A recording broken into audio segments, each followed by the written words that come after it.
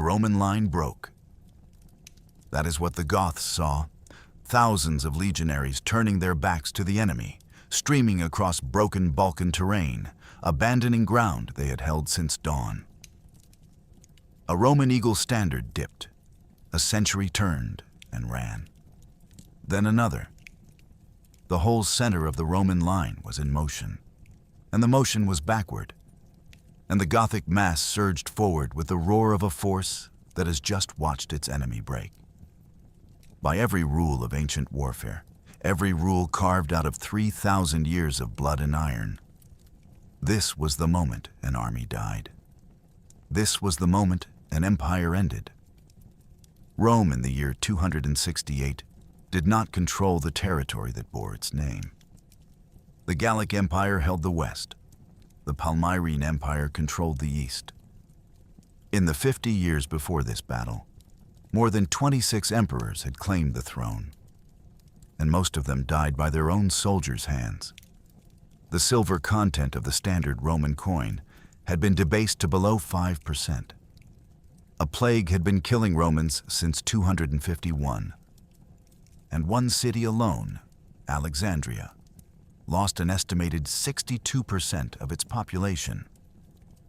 And advancing through the Balkans came a coalition that ancient sources describe as 325,000 warriors strong, the largest single barbarian force ever to descend on the empire. The emperor commanding Rome's defense had been on the throne for less than 3 months. So what did Claudius II do? He ran, and the running destroyed them. But here is what the ancient chronicles never fully answer. Why did this emperor, a man who came to power through a conspiracy that almost certainly helped kill his predecessor, immediately spend scarce political capital to protect that predecessor's family and arrange his deification? This was a man whose throne rested on someone else's blood. Yet he honored the man he replaced, as though honoring Rome itself required it. Something about what Claudius believed, about legitimacy, about what an empire was worth saving for, shaped the exact tactical philosophy that turned a broken army into the instrument that shattered the Gothic tide forever. The chronicles describe his choices. They never explain what drove them. By the end of this, you will understand the single tactical decision, executed under fire, requiring a discipline most armies in history have never achieved, that turned a catastrophic Roman retreat into the most effective ambush Rome had constructed in a generation. You will learn why the cavalry commander who delivered the killing blow was almost certainly present at the conspiracy that killed the previous emperor, and why that contradiction made him the most dangerous soldier in the ancient world. And you will discover why the ground where Rome saved itself, the city of Naissus, became, within a generation of the last Gothic body being cleared from its fields, the birthplace of the child who would change the entire world's religion. To understand what kind of man bets an empire on a controlled retreat, we need to go back to 260 and the single act of Roman humiliation that shattered the world Claudius was born into. Consider the mathematics of collapse, because the numbers make the argument better than any description could. In the 250 years between Augustus and the Emperor Gordian III, Rome produced roughly 26 emperors. That is approximately 1 emperor per decade. Stable succession by the standards of any pre-modern monarchy. In the 50 years of what historians call the crisis of the 3rd century, from 235 to 284, Rome produced 26 claimants again. The same number, in 1/5 of the time. Most of them lasted months. Most of them died at the hands of their own troops. The rhythm of Roman imperial succession had gone from decades between transitions to something closer to a seasonal rotation of corpses wearing purple. To understand what this political chaos actually meant on the ground, you need to understand what an emperor was, functionally, in the Roman system. He was not merely a head of state. He was the guarantee of the legal system, the ultimate source of military authority, the anchor of currency value, the final court of appeal for the entire Mediterranean world. When emperors rotated every few months, when every general with enough loyal legionaries was a potential emperor and every current emperor was therefore a potential assassination target, the institutional functions that depended on imperial stability began to corrode at an accelerating rate. The economic damage was precise and documented. To fund continuous military emergencies on multiple simultaneous frontiers, the imperial treasury debased the currency systematically until the silver content of the standard coin, the Antoninianus, had fallen below 5%.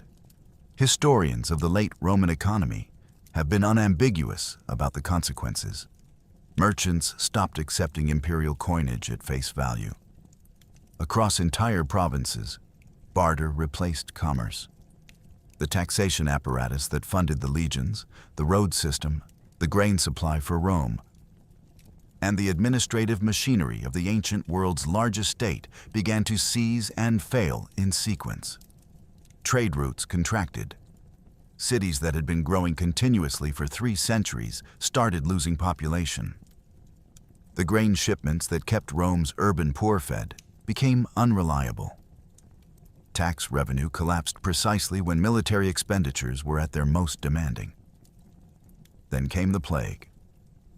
Starting around 249, the epidemic historians call the Plague of Cyprian, possibly a smallpox variant, possibly something more exotic. The ancient descriptions don't allow certain identification. Swept the empire and did not stop. It killed for 25 years. It killed soldiers and administrators and farmers with equal indifference to social rank. It killed faster than recruitment could replace losses. Modern scholars working from the fragmentary evidence estimate that in Alexandria, the empire's second city, the population may have declined by approximately 62% over the plague years. Military garrisons shrank faster than they could be rebuilt. Some provincial towns were simply abandoned, their populations dead or fled, their fields untended, their tax revenues simply gone. Into this weakened body, in the year 260, came the defining humiliation of the century.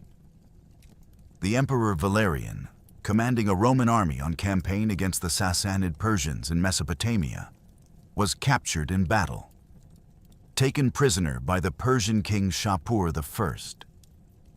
He was the first Roman emperor ever taken captive by a foreign enemy. The ancient sources add a further detail, that his body was later stuffed and displayed in a Persian temple as a permanent trophy of Roman defeat. Modern historians, including Potter and Southern, consider that specific claim almost certainly propaganda designed to maximize the psychological damage of the capture.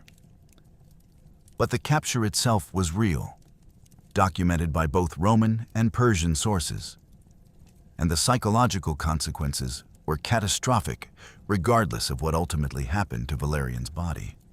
What Romans believed had happened to their emperor was, in many ways, more important than what actually happened. The shock cracked what remained of central authority. Within a year, the empire had fractured into 3 competing states. Gallienus, Valerian's son and co-emperor, controlled roughly half the original territory, Italy, the Danubian provinces, parts of North Africa. In the west, the breakaway Gallic Empire had been declared under the general Postumus, controlling Gaul, Britannia, Hispania, and the Rhine frontier. In the east, the Palmyrene Empire was rising under the regent Zenobia, nominally governing Syria, Egypt, and much of Asia Minor on behalf of her young son. 3 empires, 3 armies, 3 sets of courts and bureaucracies, all claiming the name of Rome, none fully controlling it. That is the world into which the Gothic storm descended. And to understand why the storm arrived when it did and achieved what it achieved, we need to understand who was sending it. They were not simply underscore, quote, _0, __. This is the first and most important thing to understand about the coalition that descended on Rome's Balkan provinces in the mid-260s. Ancient sources used the blanket term Scythians, a geographic designation that had been applied to every northern barbarian people for 4 centuries and meant approximately nothing by this point. Modern historians, working from the tribal names preserved in the Historia Augusta and cross-referencing them with archaeological evidence from the period, identify something considerably more complex. A genuine confederation of Goths, Heruli, Gepids, Piusini, Grothungi, Thervingi, and Celts, drawn together by a combination of external pressure from migrating peoples further east and the irresistible lure of a visibly weakening empire to their south.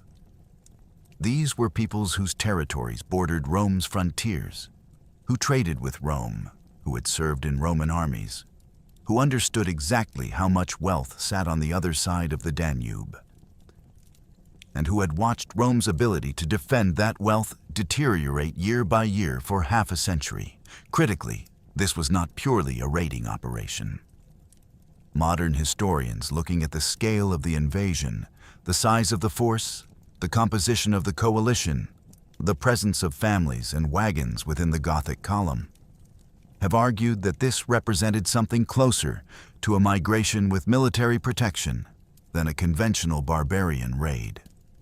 These were peoples looking for somewhere to be, not merely somewhere to plunder. The distinction matters tactically.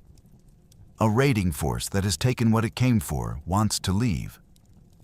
A force carrying its families and its future has nowhere else to go. The first wave came in 267, and it came by sea. The Heruli, a Germanic people who had established themselves on the northern shores of the Black Sea, launched approximately 500 ships. These were not Roman warships. They were rivercraft and shallow-draft coastal vessels pressed into service for an unprecedented maritime operation. The fleet ravaged the southern Black Sea coast, attempted to storm Byzantium, and failed when the city's walls proved too strong. Then navigated through the Propontis into the Aegean. They ravaged the islands of Lemnos and Skyros. They descended on mainland Greece. They sacked Athens. Let that register.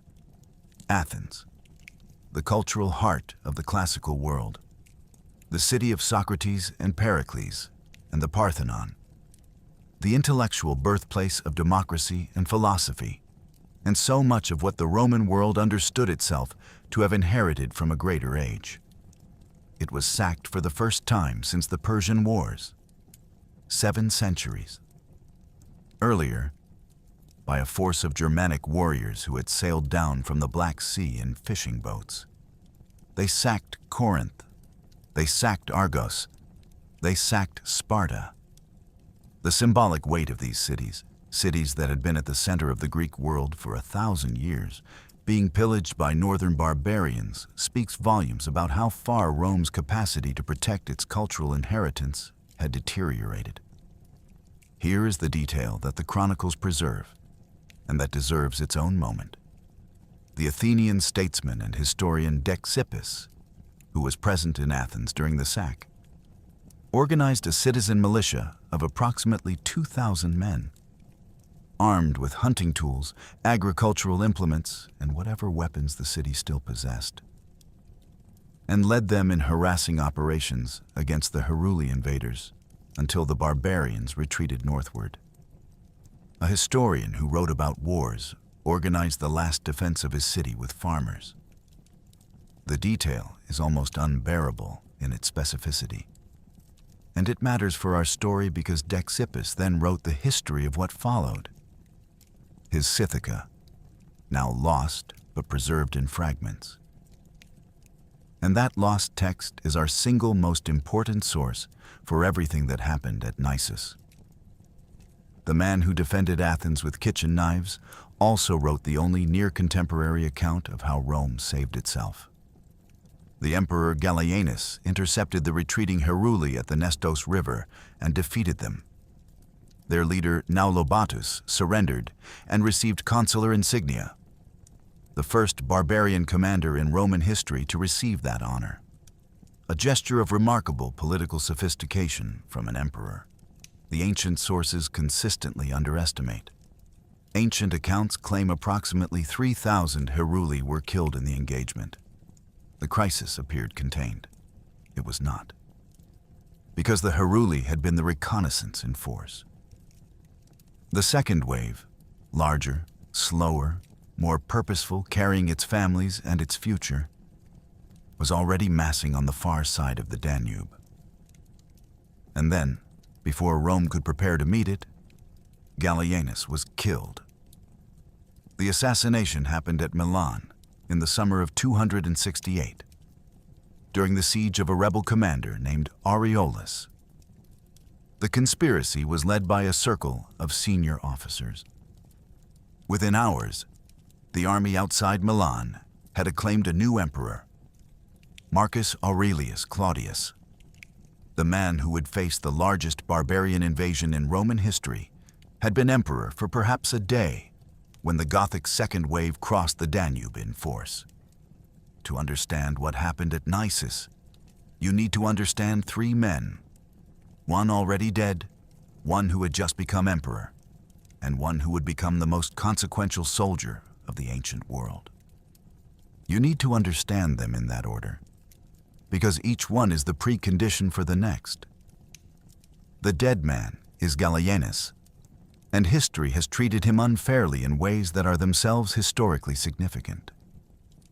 The ancient sources, particularly the Historia Augusta, portray him as weak, pleasure-seeking, and militarily incompetent. Modern historians, including Pat Southern and John Bray, have substantially revised that verdict. And the revision matters for understanding Naissus because the army that won the battle was Gallienus's creation, not Claudius's. Gallienus faced a genuine strategic problem that had no precedent in Roman history: simultaneous existential crises on multiple frontiers, with an army designed for sequential deployment rather than parallel response. His solution was genuinely innovative. He created and expanded a mobile field army, the comitatus, built around new cavalry formations, including the equites Dalmatii, Dalmatian cavalry regiments that he reorganized into a rapid response strike force, capable of reaching any crisis point on the frontier in days rather than months. He concentrated the command of this cavalry in a single officer, a dux, rather than distributing it across multiple commands as the traditional structure required. This was not merely an administrative change. It was a doctrinal revolution.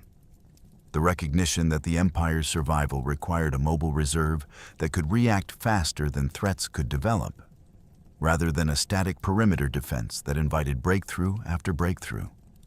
Why, then, did ancient sources portray Gallienus as a failure? Because they were written in the 4th century, when Constantine's dynasty needed a respectable founding ancestor. And that ancestor was claimed to be related to the family of Claudius II. To make Claudius appear great, Gallienus had to appear small. The hostile portrait, the emperor who fiddled while the empire burned, was, in significant part, a piece of dynastic propaganda composed 2 or 3 generations after Gallienus's death. Modern scholarship has largely dismantled it. What is beyond dispute is this: the army that won at Naissus, the doctrine that won at Naissus, and the cavalry that delivered the killing blow at Naissus were all created by the man who never got to use them. The emperor who inherited that army was Marcus Aurelius Claudius. He was born on May 10th, 213 or 14, in Dardania. the Illyrian heartland of what is now Kosovo and southern Serbia, the same Danubian military borderlands that would produce a generation of soldier emperors. He was a career soldier under Gallienus for nearly a decade, rising through the command structure until he led the comitatus cavalry, the instrument he would wield at Naissus. The Historia Augusta describes him in almost legendary terms. Tall, with eyes described as fiery, so physically powerful he could reportedly knock out the teeth of a horse with a single blow. We should be skeptical of those specifics. The Historia. Augusta is a 4th century text riddled with fabrications, and this portrait is almost certainly constructed legend rather than documented biography. But legends tell us something about what people needed to believe, and what Rome needed to believe about the man who saved it was that he was extraordinary. The documented record is, in its quiet way, more remarkable than the legend. When Claudius became emperor in the chaos following Gallienus's murder, he took 3 political actions that were entirely his own choice and carried significant risk. He intervened personally to stop senatorial violence against Gallienus's supporters. He requested the Senate formally deify his predecessor. He protected Gallienus's family, a man whose throne may have rested on someone else's blood to then spent political capital he could barely afford to honor the man he replaced. The ancient sources document the actions. They do not explain the motivation, and that gap between the documented behavior and its psychological origin is one of the genuinely unanswered questions of the 3rd century. The cavalry commander is Aurelian. Lucius Domitius Aurelianus was born September 9th, around 214 or 15, in Moesia Superior, the same Danubian world that had produced Claudius. His father was a colonist, a tenant farmer legally bound to the land of a senator named Aurelius. He entered the Roman army in 235, the very year the crisis of the 3rd century began, and spent the next 30 years climbing through rank after rank in one of history's most relentlessly violent military environments, surviving and advancing through campaigns that killed most of the men around him. By 268, he commanded the comitatus cavalry. Whether he participated in the conspiracy that killed Gallienus is disputed. Aurelius Victor, one of the more reliable 4th century sources, does not list him among the conspirators, while other sources do. What is undisputed? He was present, he benefited, and he accepted command from the new emperor without hesitation. Ancient sources are remarkably consistent on Aurelian's character. Brilliant, ruthless, so harsh a disciplinarian that when the army outside Milan was choosing between Claudius and Aurelian as Gallienus's successor, the soldiers chose the milder man. The men who would have to execute Aurelian's orders preferred someone else to give them. That calculation, made in a military camp outside a northern Italian city in the summer of 268, shaped the course of the next decade of Western history. The Second Gothic coalition crossed the Danube in 268, and the numbers the ancient sources attached to it strain credibility even by the extraordinary standards of ancient military exaggeration. The Historia Augusta and Zosimus, a 6th century historian drawing on the lost account of Dexippus, claim a force of 320,000 to 325,000 warriors, supported by 2,000 to 6,000 ships. Modern historians, including Pat Southern, are blunt in their assessment. These figures are quote _2 _. The ship count alone is almost certainly inflated. 6,000 ships would represent one of the largest naval operations in ancient history, larger than the invasion of Normandy in absolute terms of vessels. And the Gothic peoples had no tradition of sustained blue water maritime operations. Even the most credulous modern reading discounts these figures substantially. But the psychological reality matters alongside the military reality. Rome believed it was facing 300,000 warriors. What an empire believes it faces shapes how it responds, and how much relief it feels when the threat is destroyed. Even discounted to a fraction of the ancient claim, this was genuinely enormous. Multiple tribal groups had confederated. They brought families, which meant they were not simply raiding. They were moving. The coalition attacked on multiple axes simultaneously.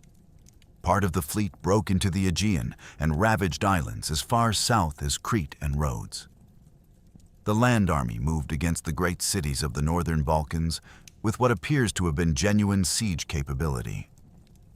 They constructed proper siege works outside Thessalonica, the Balkans' most important city after Byzantium, and invested Cassandreia as well. Both cities held. This failure was consequential. The Gothic coalition had the numbers to devastate the open countryside and overwhelm lightly garrisoned towns. But the great, fortified cities of the Roman Balkans were engineered specifically to resist exactly this kind of assault. Thick walls, professional garrison troops, enough stored food and water to outlast a besieging force that couldn't maintain a supply line indefinitely. Thessalonica held. Cassandreia held. And then word reached the Gothic commanders that a new Roman emperor was advancing from the west with the main field army. And the Gothic coalition made the decision that would ultimately prove fatal. They abandoned their siege works and retreated northward through Macedonia, plundering Doberus and Pelagonia as they went, dragging their families and months of accumulated plunder toward the Danube. Claudius, meanwhile, had been forced to fight in the wrong direction. The Alemanni, a Germanic confederacy from the Upper Rhine and Danube regions, had exploited Rome's Balkan distraction and broken into northern Italy. Claudius met them at the Battle of Lake Benacus in late autumn of 268 and defeated them decisively, securing the Italian heartland before he could turn east.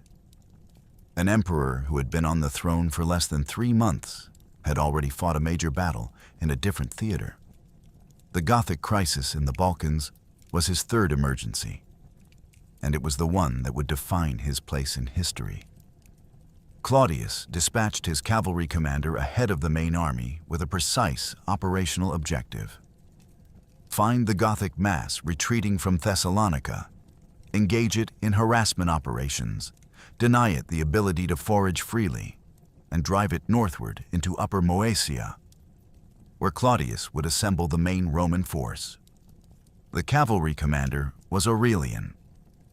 According to the surviving accounts synthesized in Wikipedia's article on Aurelian, he intercepted the Gothic retreating column with his Dalmatian cavalry, fought a series of engagements in the terrain north of Macedonia, and killed as many as 3,000 of the enemy. This before the main battle at Naissus had even been joined. He then continued the harassment, driving the Gothic mass northward, denying them rest and food and the ability to disperse, compressing them toward a city that sat at the convergence of 5 roads in a river valley designed, by its geography, to cancel their numerical advantage. That city was Naissus, and the choice of ground was not accident.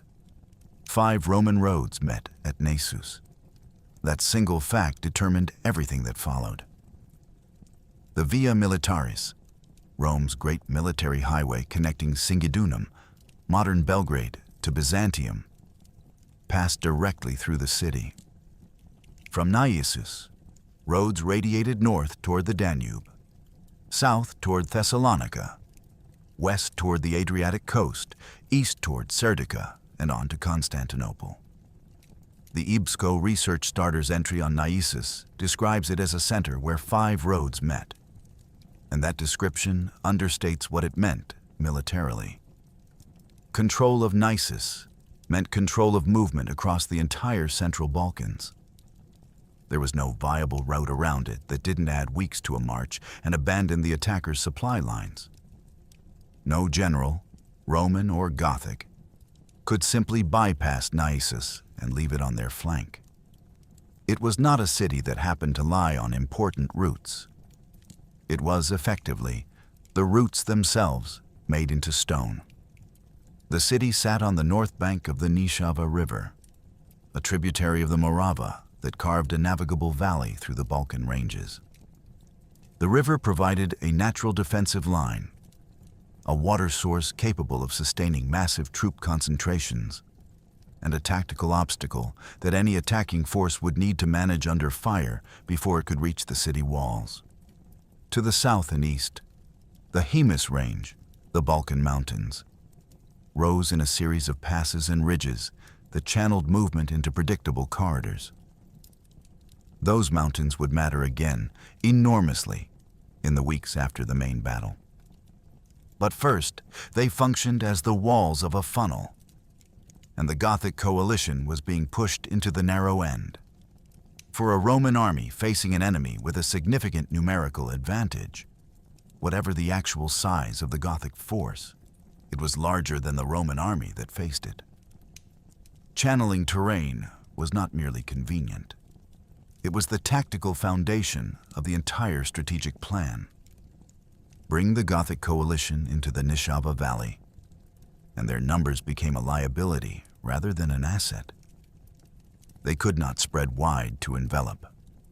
They could not use cavalry on multiple axes simultaneously. They had to come forward through ground that compressed them, exposed their flanks, and denied them the room to deploy the full weight of their numerical superiority. The valley was a force multiplier for the Romans and a force divider for the Goths, and Claudius chose it for exactly that reason. Ancient sources record, with what may be civic pride as much as military precision, that no enemy had ever captured Naissus. Modern historians treat the specific claim with appropriate skepticism, recognizing that never captured is the kind of thing civic traditions assert without necessarily verifying. What is not in dispute is the military logic of the position. Well-defended walls on the north bank of a river, natural choke points to the south created by the Hemus Range, and a road network that kept the Roman garrison supplied from multiple directions, even under pressure. The Gothic coalition that arrived at this position was not the force that had crossed the Danube in triumph months earlier. They had failed at Thessalonica and Cassandreia, two sieges that should have fallen to a force of their size and didn't, because Roman garrison troops behind Roman walls were a different problem from Roman field armies caught in the open. They had lost approximately 3,000 men to Aurelian's preliminary harassment campaign before the main engagement even began. They were retreating, not advancing. And there is an enormous psychological difference between an army that advances to battle choosing its moment and an army that is being pushed backward into a fight it didn't choose on ground, it didn't select. The momentum of the campaign had shifted, and the Gothic commanders, unnamed in any surviving source, were managing a retreat with families in tow. Laden wagons slowing every column, and a Roman cavalry force they could never quite shake, pressing their rear. They were also hungry. Aurelian's preliminary campaign had not only killed 3,000 warriors, it had denied the column its ability to forage freely. An army carrying tens of thousands of non-combatants requires enormous quantities of food daily. The surrounding countryside, which should have been theirs to strip at will, was contested ground. Every foraging party liable to be cut off and destroyed by Dalmatian cavalry that materialized from the hills and vanished before a response could be organized. By the time the Gothic mass reached Naissus, it had been moving for weeks under harassment, carrying its burdens, feeding itself inadequately, and watching its rearguard bleed. The Romans who faced them across the Nishava Valley were fewer in number. Modern estimates place the Roman force at approximately 40,000 to 50,000 men. an educated estimate based on what we know of the comitatus establishment, the Illyrian legions available, and the local levies Claudius had gathered from Moesia and Thrace. They were, however, rested in comparison to their enemy, supplied through 5 functioning road connections. Deployed on terrain they had chosen weeks in advance, and commanded by 2 men, Claudius and Aurelian, who had been coordinating this exact engagement since Aurelian's cavalry first made contact with the Gothic column in Macedonia. The trap was fully set. The Gothic mass was already inside it. It did not yet know either of those things. Every surviving account of the Battle of Naissus agrees on the essential tactical reality. The Romans won by appearing to lose. The specific sequence is reconstructed from fragmentary sources, Zosimus writing in the 6th century, Zonaras in the 12th, and the Historia Augusta, all ultimately derived from Dexippus's Lost Scythica, which was itself composed years after the events it describes. Modern historian David S. Potter has been candid about the evidentiary problem. Noting it is __, quote _4__ with confidence. What follows is the scholarly reconstruction that emerges from cross-referencing the surviving fragments. Not a contemporary account, but the most defensible synthesis available. The battle opened with cavalry engagement on the wings, the standard opening move of ancient pitched battle. Aurelian's Dalmatian horsemen, considerably better disciplined and more experienced in coordinated maneuver warfare than the tribal Gothic cavalry they faced, drove the Gothic horse from the field. This outcome was the necessary precondition for everything that followed. By clearing the wings, Aurelian left the Gothic infantry exposed on both flanks with no mounted protection. The Gothic infantry could advance, and advance it did, but it would do so naked to cavalry strikes on either side. The Gothic infantry, numerically superior and freshly encouraged by the flight of what it took to be a beaten Roman cavalry, pushed the Roman center back. Here is where the sources are unambiguous. This was not collapse. It was a feigned retreat, a controlled withdrawal under pressure, executed in formation, designed to draw the pursuing mass into a position from which it could not recover. The Roman line bent. It did not break. It moved backward deliberately, on command, step by step, while the Gothic infantry surged forward in what it believed was pursuit of a disintegrating enemy. Consider what a feigned retreat actually requires of the men executing it. They are moving backward. They are under assault from the front. They are watching the men beside them take casualties. They can hear the roar of pursuit behind them, the sound of thousands of enemies convinced that victory is moments away. Every instinct bred into them by years of military experience, every survival mechanism they possess is screaming at them to run in earnest, to abandon formation, to get as much distance as possible between themselves and the Gothic spears. The officers commanding them are asking them instead to move backward in precise formation, maintain their intervals, keep their shields up, keep moving at exactly the right pace, not fast enough to suggest real panic, not slow enough to allow the Gothic line to close and make the engagement a grinding melee. One sentry that loses its nerve destroys the entire plan. One standard bearer who runs transforms a tactical masterpiece into a catastrophic rout. The Roman infantry at Naissus held. That fact, more than any other in this engagement, is the most remarkable single achievement documented at Naissus. At the critical moment, sources are frustratingly vague about exactly when, and we should be honest about that imprecision rather than paper over it. The retreating Roman infantry stopped, turned, and counterattacked with fresh reserves that had been held back from the initial fighting and positioned in concealed locations on the flanks. Multiple secondary sources derived from Dexippus describe these reserves emerging from ambush positions as the Gothic pursuit fully committed. The Gothic mass, which had broken its own formation in the excitement of what it took to be a disintegrating enemy, found itself running into organized Roman lines on three sides simultaneously. The reformed infantry in front, fresh reserves emerging from the flanks, and Aurelian's Dalmatian cavalry having already destroyed the Gothic horse on the wings, now closing on the exposed Gothic rear. The Wikipedia synthesis of the ancient sources on Claudius Gothicus is explicit about what followed.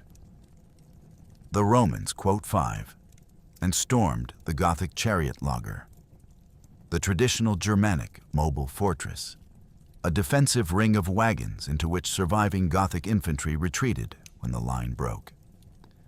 Thousands of prisoners were taken in and around the laager. The Gothic coalition that had threatened to swallow the Balkans was shattered in hours at a river junction in Moesia Superior. The Battle of Naissus was over. The campaign of Naissus had just begun. What happened after the battle is, in some ways, more historically significant than the battle itself. And for this phase, we have something genuinely rare for a 3rd century engagement, something approaching a primary source. Zosimus, writing in the 6th century but drawing on Dexippus's near-contemporary account, provides a direct narrative of the pursuit. His account, rendered in translation, reads as follows. The Gothic survivors, defending themselves with their carriages which went before them, marched towards Macedon, but were so distressed by the want of necessaries that many of them and of their beasts perished with hunger. They were met likewise by the Roman cavalry, who, having killed many of them, drove the rest towards Mount Haemus, were being surrounded by the Roman army. They lost a vast number of men. That passage is the backbone of everything we know about the pursuit phase. Zosimus is not a perfect source. He wrote centuries after the events, had his own political biases, and was summarizing a text he himself may not have had in complete form. But he was drawing on Dexippus, who composed his history within living memory of the battle. And the specificity of the account, the carriages, the hunger, the beasts dying alongside the warriors, the compression toward the mountains, carries the texture of genuine historical memory rather than rhetorical elaboration. When ancient sources give you detail this specific, the detail tends to be real. Notice what Zosimus records. Many of them and of their beasts perished with hunger. The horses. It is easy to overlook the horses when reading accounts of ancient warfare, but they are the key to understanding what the pursuit actually meant. Gothic tactical effectiveness, their ability to respond to Roman cavalry pressure, to protect their flanks, to screen their wagon column, depended on their horses.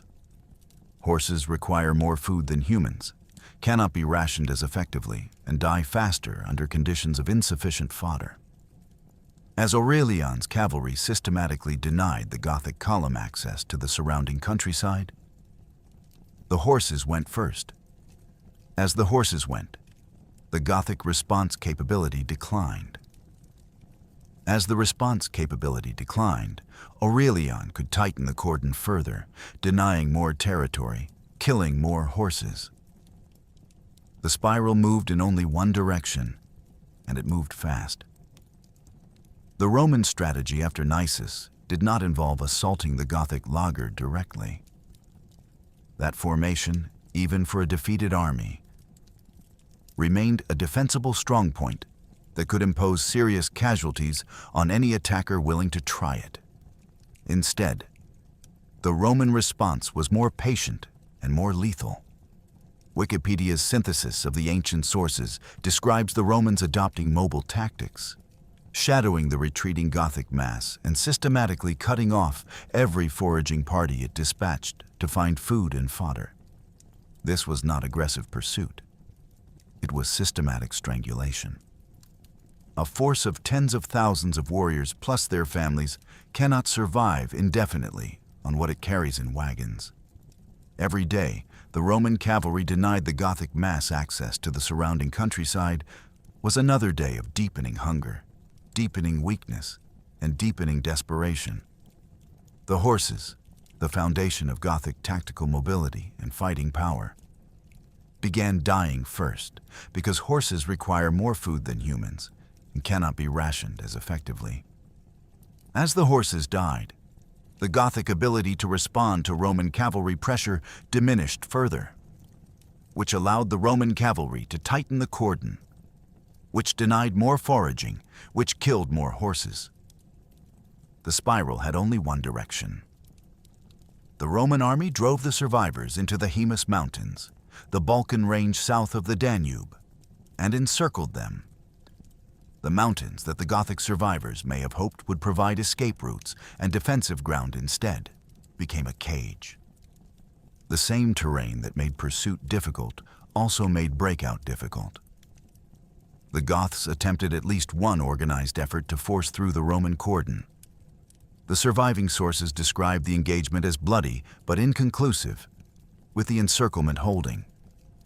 And then the third army arrived, the one that neither side had summoned, that obeyed no general's orders, and that killed faster than either iron or hunger.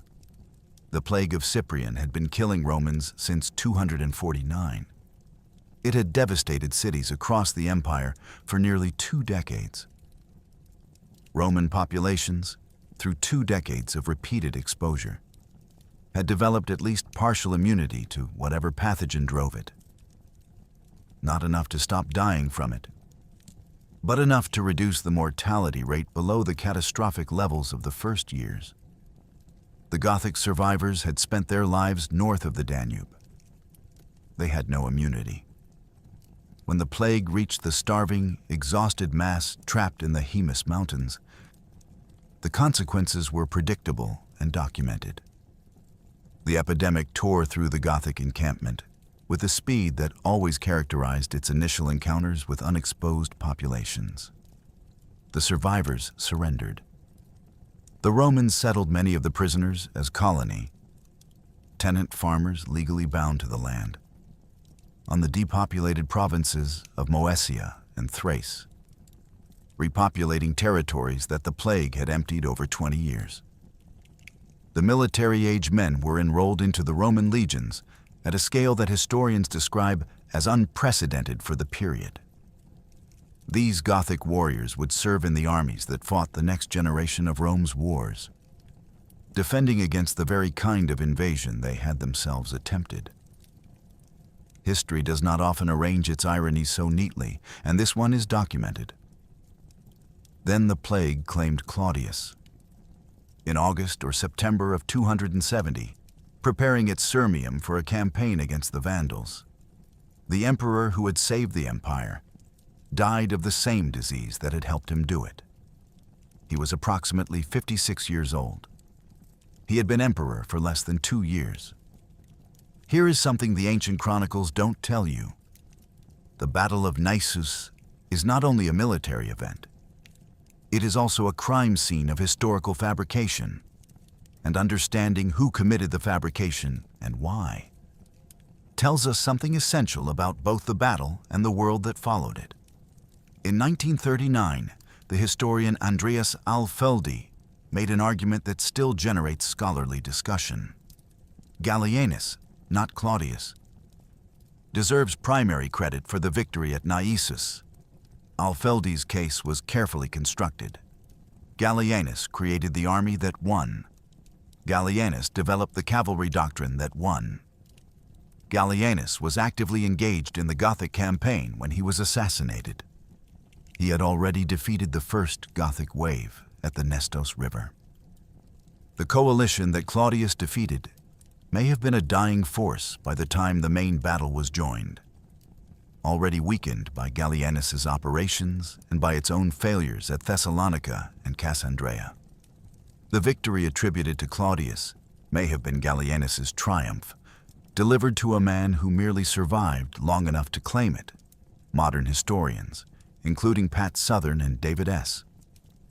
Potter, have substantially refined Alfeldi's argument without accepting all of it.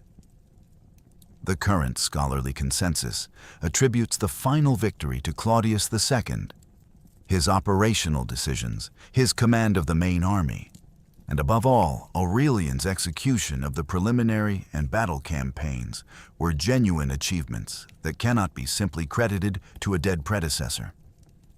But the consensus also acknowledges what Alfeldi identified. The instrument of victory was not Claudius's creation. One man built the weapon. Another man inherited it and used it at the critical moment. History, shaped by 4th century dynastic politics, remembered primarily the man who used it. Why the distortion? Because the Historia Augusta, the primary ancient biographical source for this entire period, was composed in the late 4th century, when Constantine's dynasty required a prestigious founding ancestor. That ancestor was presented as related to the family of Claudius II. To make that lineage illustrious, Claudius had to appear as an extraordinary emperor. To make Claudius appear extraordinary, Gallienus had to appear inadequate. The hostile portrait of Gallienus as a debauched weakling who fiddled while the empire burned, the portrait that dominated scholarship well into the 20th century, was, in significant part, a piece of political myth-making composed 2 or 3 generations after Gallienus's death by authors serving a dynasty that needed him to look bad.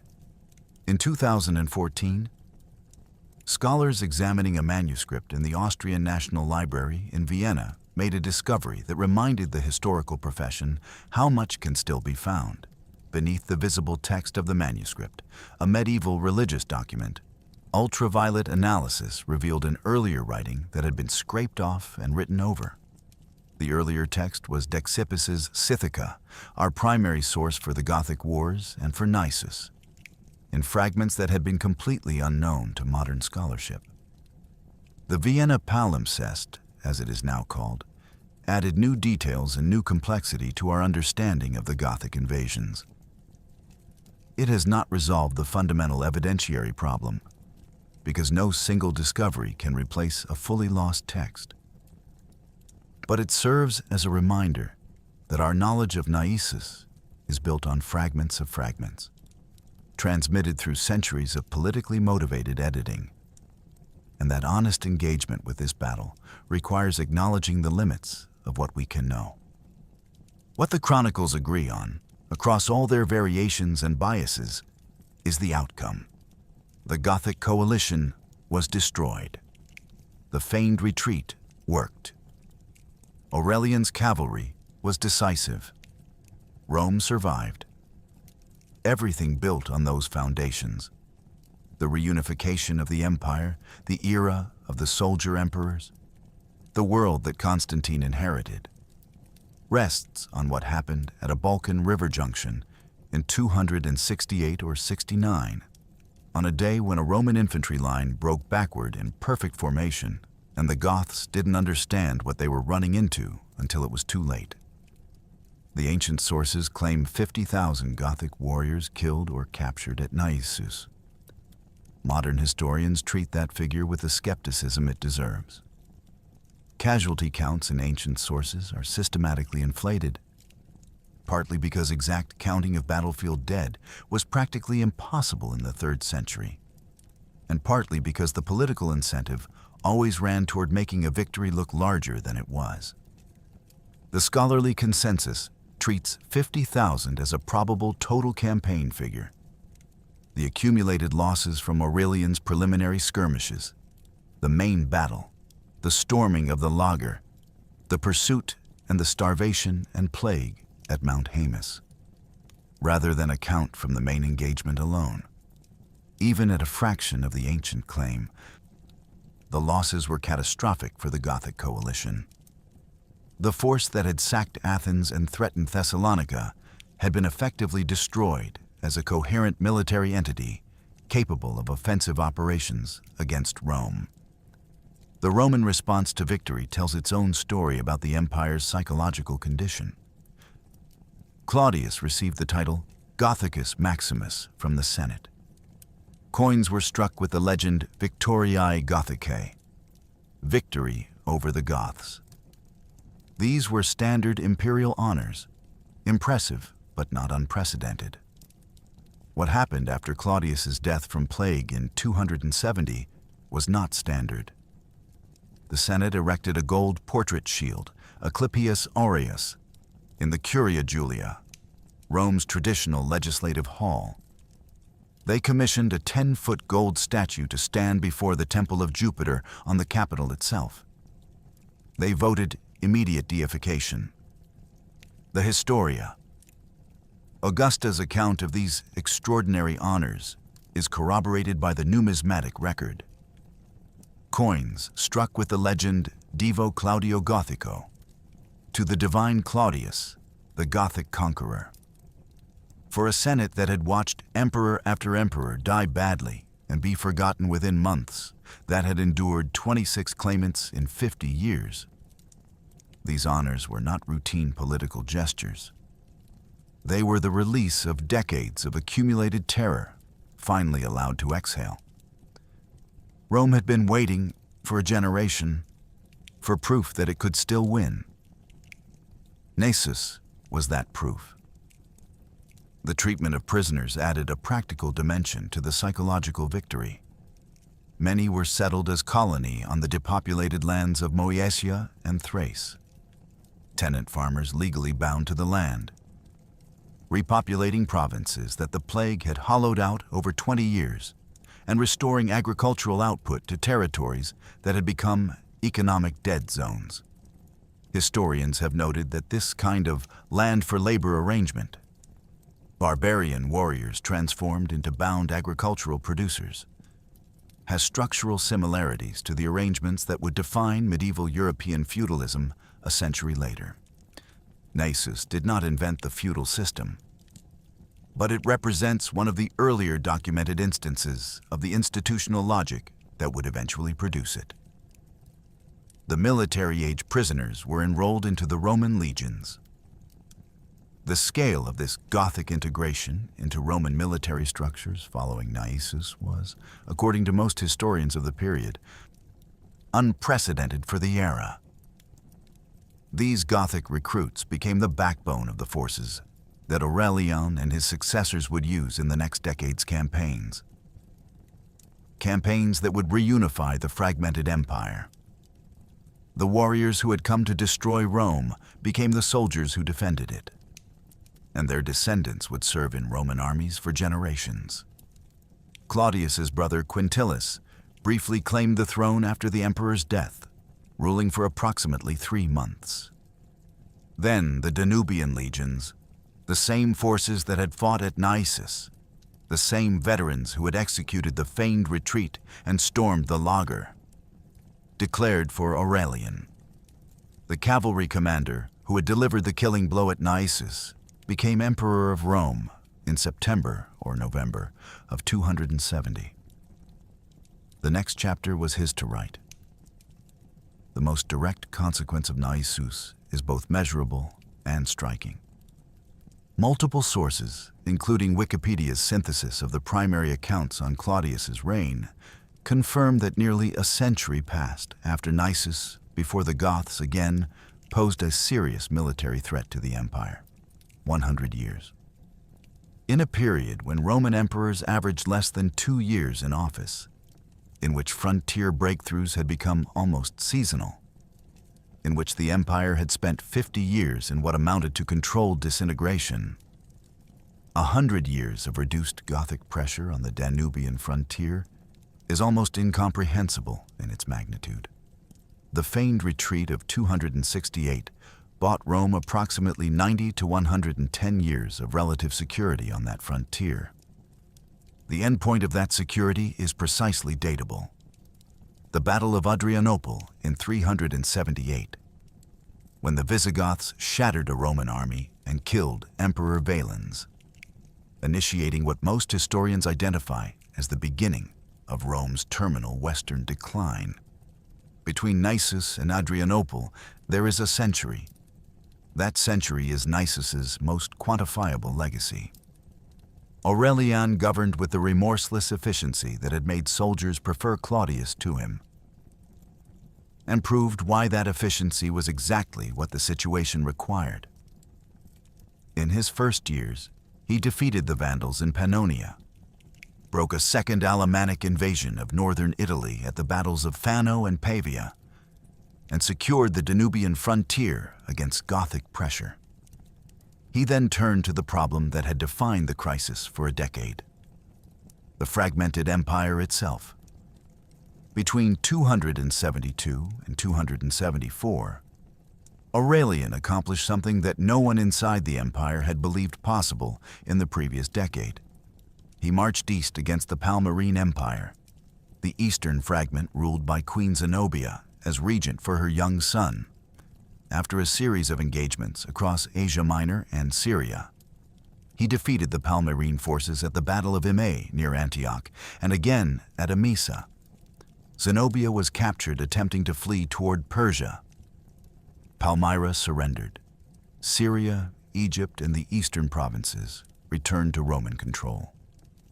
Aurelian then turned west and defeated the Gallic Empire under its final claimant Tetricus at the Battle of Chalons. Gaul, Britannia, and Hispania returned to unified Roman governance. By late 274, for the first time in more than a decade, there was one Roman Empire. The Senate named Aurelian Restitutor Orbis, restorer of the world. He had been the cavalry commander at Naissus. The battle had been fought 6 years earlier. Every campaign he ran as emperor, every army he deployed, every frontier he stabilized was made possible by the stable Balkan base that the battle had created.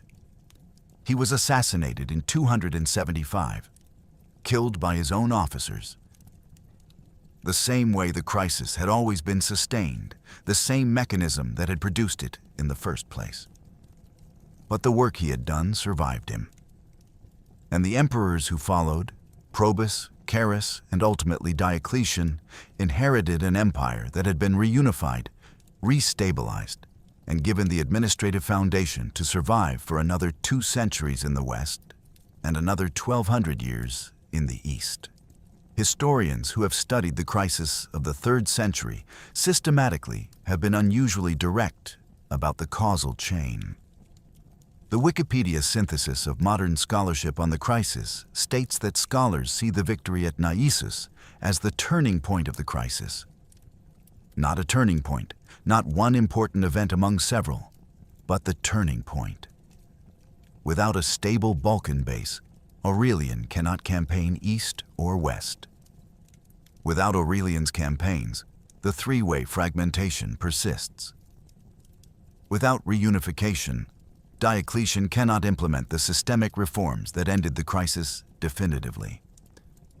The feigned retreat at a river junction in Moesia Superior set in motion a sequence that produced, within a generation, a reunified and institutionally reformed Roman state.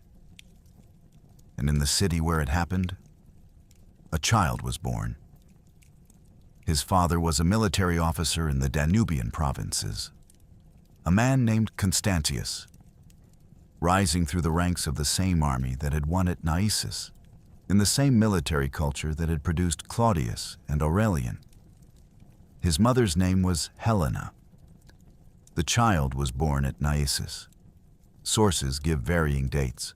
Some ancient accounts suggest around 272. Others place it somewhat later, and modern historians have not resolved the question definitively. What every surviving source agrees on is the city. His name was Flavius Valerius Aurelius Constantinus. History calls him Constantine the Great. He was the first Roman emperor to convert to Christianity. He convened the Council of Nicaea in 325, gathering bishops from across the empire to establish doctrinal consensus on questions that would define Christian theology for the next 2 millennia. He founded Constantinople, the new eastern capital on the site of the old Greek city of Byzantium. A city that would survive the fall of the Western Empire by nearly 1,000 years, preserving Greek and Roman learning through the long medieval period and transmitting it to the Renaissance, and through the Renaissance to the modern world. He issued the Edict of Milan in 313, extending religious tolerance across the empire and beginning the process by which Christianity went from a persecuted minority faith to the official religion of the Roman state. The Christianity that shaped European civilization, that informed the political philosophy of the medieval period, that produced the artistic and intellectual culture that we still navigate. It traces one of its most direct institutional lines to decisions made by a man born at Naissus, the ground where Rome saved its pagan military empire in 268 became the ground that produced the emperor who transformed that empire into something entirely different. This is not metaphor. This is geography. The same city, the same fields more or less, a generation apart. The broader pattern is equally documented. After Naissus, a Wikipedia account of Claudius's reign notes, there would be only one emperor who did not originate from the provinces of Pannonia, Moesia, or Illyricum until 378, the year of Adrianople. The Danubian military culture that Naissus had validated as Rome's salvation continued producing Rome's leaders for a century. Claudius, Aurelian, Probus, Diocletian, Constantius, Constantine himself, all from the same Balkan military world. One battle at one river junction determined where Rome's saviors would come from for the next 100 years.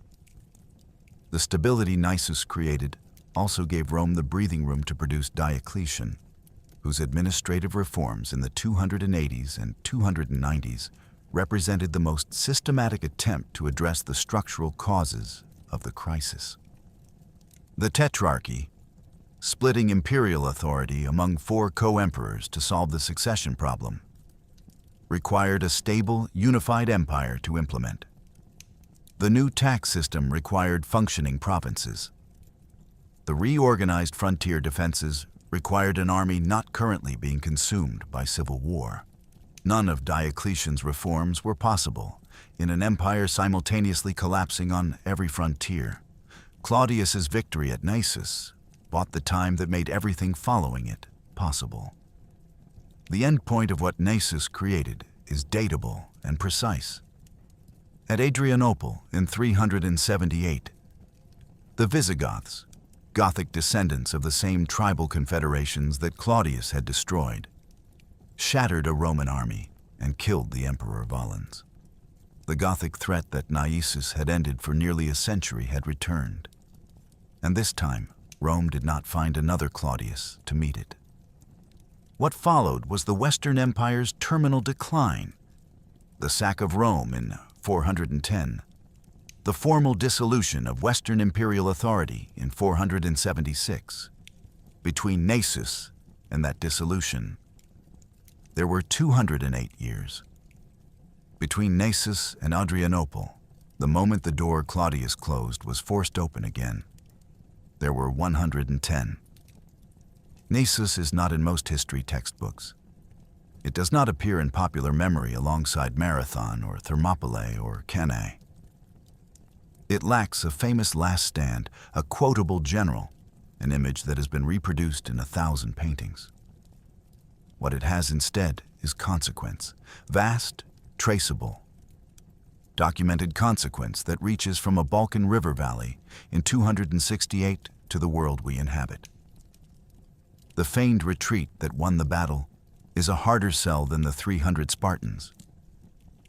But the 300 Spartans lost their battle. Claudius won his, and what he won is the century that made the modern world. The Roman line broke. That's where we began. Now you know what it meant. It was not collapse. It was calculation. the most demanding calculation an ancient army could perform, requiring soldiers to retreat in formation under assault, to keep their nerve while their comrades fell, and the Gothic roar grew louder behind them. To trust a plan that looked, from the inside of it, exactly like defeat. Every step the Roman infantry took backward was planned. Every Gothic step forward was a step deeper into the trap's teeth. The army that appeared to be dying was the instrument of destruction.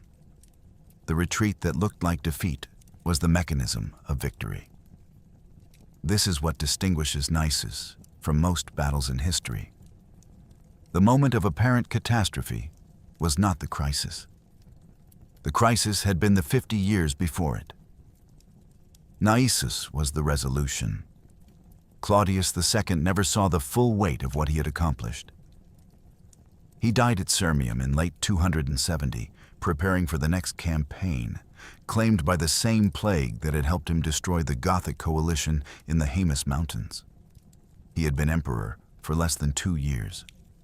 In that time, he had fought 2 major battles in different theaters: the Alemanni at Lake Benacus, the Gothic coalition at Naissus, stabilized the Danubian frontier, and set in motion a chain of events that would not fully resolve for a decade.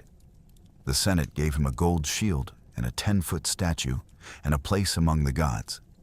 Later, Constantine's dynasty declared him a founding ancestor, because even a dynasty that transformed the world wanted to borrow the credibility of the man who saved it. The irony is that Claudius would almost certainly have understood that calculation and found it appropriate. He had, after all, done the same thing for Gallienus. Aurelian finished the work. In 5 years as emperor, the cavalry commander who had executed the killing blow at Naissus reunified the entire Roman Empire. The Palmyrene Empire defeated, the Gallic Empire dissolved. 3 fragments welded back into one for the first time in more than a decade. The Senate named him Restitutor Orbis, restorer of the world. He died assassinated in 275, killed by his own officers in the oldest and most persistent tradition of the century he had helped end. The mechanism of the crisis. Generals killing emperors who killed generals, claimed the man who had done more than anyone else to stop it. But what he built survived him. The city of Naissus survived everything. It survived the medieval period, the Ottoman conquest, 2 world wars, and the upheavals of the 20th century. It is called Niš today, the 3rd largest city in Serbia, and you can visit it. The Mediana, the imperial villa built in the 4th century in the generation after Constantine's birth there, is an active archaeological site covering 40 hectares. The Nishava still runs through the city. The road network still converges on Niš, though we call them highways. The ground is the same ground where the Roman line broke and turned around, where the Goths ran forward into a trap they didn't know was closing, where Aurelian's Dalmatian cavalry swept in from the wings and ended the largest barbarian invasion the empire had ever faced. For nearly a century after the battle, the Goths did not again seriously threaten the Danubian frontier. When they finally broke through at Adrianople in 378, it was the beginning of what we call the fall of Rome. Naissus had held the door shut for 110 years. What Claudius II achieved at a Balkan River junction in 268 or 69. With an army he had inherited from a murdered predecessor, executed by a cavalry commander who may have helped with the murder, against a coalition that the ancient world believed was 300,000 strong, was not simply a military victory. It was proof of something that empires in crisis need to prove, and usually cannot. That even a broken institution, stripped of half its territory, 1/3 of its population, nearly all of its confidence, and most of its silver, can still produce soldiers disciplined enough to execute a feigned retreat under fire, trust the plan to hold, and turn around at exactly the right moment. The Roman line broke. Then it turned around, and everything we think of as the Western world was still possible.